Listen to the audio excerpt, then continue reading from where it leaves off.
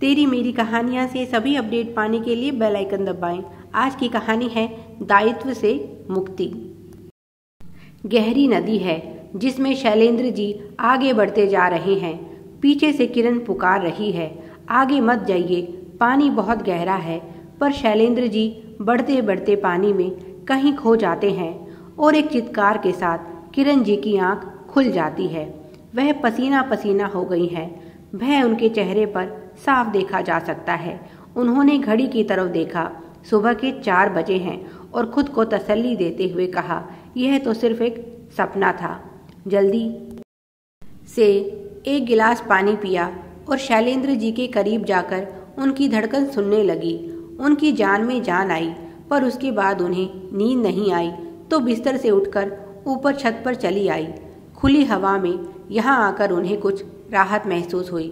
इधर सुबह के 6 बजे घर में चीख पुकार की आवाज़ सुनकर वह जल्दी से नीचे आई तो दोनों बेटे बहू को अपने कमरे में रोते हुए पाया। उनके कानों में बड़े बेटे राहुल का स्वर पड़ा, माँ देखिए ना, पिताजी हम सबको छोड़कर कहाँ चले गए हैं। आपकी बात वह कभी नहीं टालते, आप उन्हें बुलाइए। इतना सुनना था कि किरण जी वहीं बेहोश होकर गिर पड़ी। जब उन्हें होश आया तो बच्चे उन्हें घेर कर बैठे थे।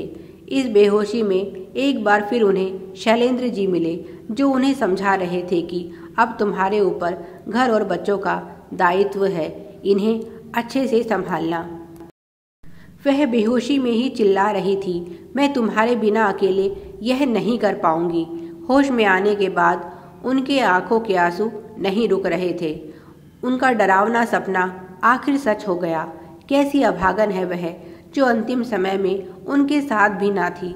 वह तो बड़ी बहू रोज की तरह सुबह 6 बजे जब चाय लेकर कमरे में पहुंची तो कई बार पुकारने पर जब पिताजी ने कुछ नहीं कहा तब उसे पता चला कि पिताजी अब हम सबके बीच नहीं रहे।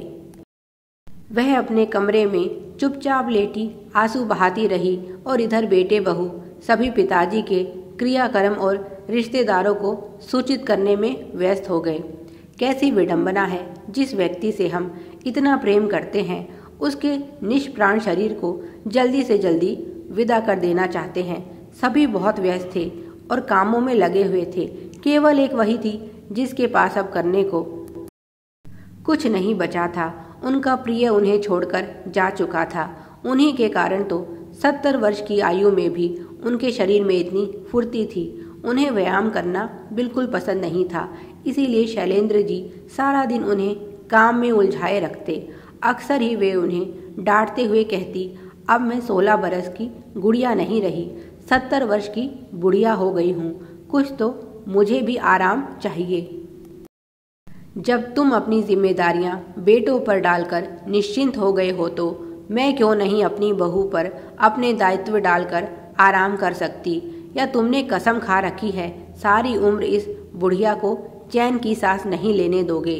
तब शैलेंद्र जी हंसते हुए कहते, तुम्हारी साड़ी के पल्लू में बंधा यह चाबी का गुच्छा तुम्हारी सुंदरता और बढ़ा देता है। तब वे झूठी नाराजगी दिखाते हुए कहती, इस चाबी के गुच्छे का भार कितना है तुम नहीं जानते, सारा दिन मुझे एक टांग पर नचाता है यह। तभी बड़ा बेटा आया और उनसे कहने लगा, माँ जरा चाबी का गुच्छा तो देना। पति के बाद सबसे प्रिय अगर उन्हें कोई वस्तु थी तो यह चाबी का गुच्छा ही था। उन्हें ऐसे लगा जैसे बेटे ने उनसे उनके प्राण मांग लिए हों। उनसे कोई प्रति उत्तर ना पाकर उसने स्वयं ही माँ की साड़ी से वह चाबी का गुच्छा खोल दिया और अपनी पत्नी के हाथ में देते हुए कहा, तुम घर की बड़ी बहू हो, अब से इस घर की जिम्मेदारी तुम्हारी है।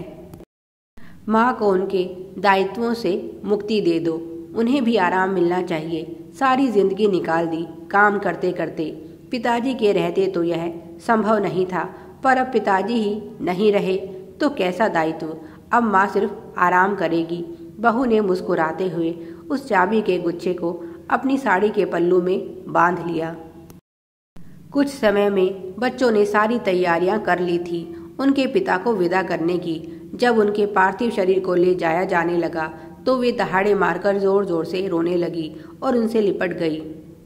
मुझे भी अपने साथ ले चलिए, मैं अब यहाँ रहकर क्या करूँगी, मुझे भी अपने साथ ले चलिए। बड़ी मुश्किल से कुछ महिलाओं ने उन्हें अर्थी से अलग किया। राम नाम सत्य है, राम नाम सत्य है के साथ उनके पति को इस घर से हमेशा के लिए विदा कर दिया गया। वह तो बस सुध बुध खोई रोती बिलखती रही। कुछ लोग आपस में बातें कर रहे थे। बूढ़े बुढ़िया में बहुत प्रेम था। अपनी माता जी का ध्यान रखना, कहीं ऐसा ना हो उनके प्रेम में यह भी चल बसें।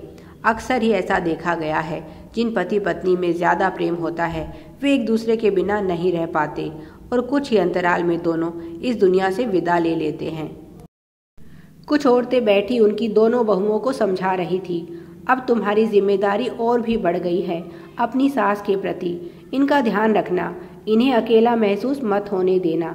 जितना परिवार में घुल मिलकर रहेंगी उतना अधिक इनकी ममता के आंचल की छांव तुम पर बनी रहेगी। अब तुम्हारे पास अवसर है इनकी सेवा करने का, इसे हाथ से जाने मत देना। पर 13वीं आते आते घर में सब कुछ बदल गया। जो बहू सारा दिन माँ जी कहते नहीं थकती थी, उनके खाने से लेकर चाय तक का पूरा ध्यान रखती थी, वे अब सीधे मुंह बात भी नहीं करती। बेटे से कहा तो उसने टका सा जवाब देते हुए कहा, माँ अब बेचारी सारे दिन काम में लगी रहती हैं। सारे घर की जिम्मेदारी संभालना कितना मुश्किल है यह तो तुम अच्छे से जानती हो। अब ऐसे में तुम उनसे उम्मीद कैसे कर सकती हो कि वह तुम्हारे साथ बैठकर गप्पे लड़ाएं। तुम भी फिजूल की बातों में समय बर्बाद करने से अच्छा है भगवान का नाम लिया करो। जितना भी समय तुम्हारे पास शेष है उसे आंसू बहाकर बर्बाद करने की बजाय कुछ धर्म कर्म किया करो। जब तक पिताजी जिंदा थे तब तक तुम्हें शिकायत थी कि तुम्हें समय नहीं मिलता। अब जब तुम्हारे पास समय ही समय है तो क्यों ना इसका सदुपयोग करो। इस घर और इसके लोगों के प्रति तुमने अपनी सारी जिम्मेदारियां पूरी कर ली हैं। अब यह मोह ममता छोड़ो और आगे की सोचो। वह अपने कमरे में सारा दिन अकेली बैठी रोती रहती। अकेलापन उन्हें काटने को दौड़ता। अभी तो शैलेंद्र जी को गए मात्र कुछ दिन हुए हैं। अभी से यह हाल है तो आगे क्या होगा। अभी तो फिर भी कोई भूला भटका सांत्वना दिखाने के बहाने उनके पास आकर बैठ जाता है, पर उसके बाद उन्हें अपना आने वाला जीवन एकाकी और निराशा से भरपूर नजर आ रहा था। एक रात उन्हें सपने में फिर शैलेंद्र जी नजर आए। अब की बार वह उन्हें पुकार रहे थे, जैसे कह रहे हों, अब तो तुमने अपने सारे दायित्वों से मुक्ति पा ली है, फिर किस चीज़ का इंतज़ार है तुम्हें। आओ, आ जाओ मेरे पास। यह सपना देखते हुए उनके चेहरे पर मधुर मुस्कान थी। अगले दिन शैलेंद्र जी की 13वीं थी। जब बाहर बैठे महिला और पुरुषों ने उनके बारे में पूछना शुरू किया तब जाकर बेटे बहू को उनकी याद आई और बड़ी बहू उन्हें बुलाने आई। माँ जी, यह क्या नाटक लगा रखा है आपने? लोगों के सामने हमारी नाक कटवाना चाहती हो? क्या जताना चाहती हो कि हम तुम्हारा ध्यान नहीं रखते? चलो अब जल्दी से उठो, सब तुम्हें बाहर बुला रहे हैं। उसने सास को जगाने के लिए जैसे ही हाथ आगे बढ़ाया, उनके ठंडे पड़ चुके शरीर को देखकर उसके मुंह से चीख निकल गई। कुछ ही देर बाद सारा परिवार शोकाकुल होकर उनके जाने पर दुख प्रकट कर रहा था, पर वे बहुत खुश थी। आज उन्हें सच में अपने सभी कर्तव्यों से मुक्ति जो मिल गई थी। Please like, share and subscribe. Thanks for watching.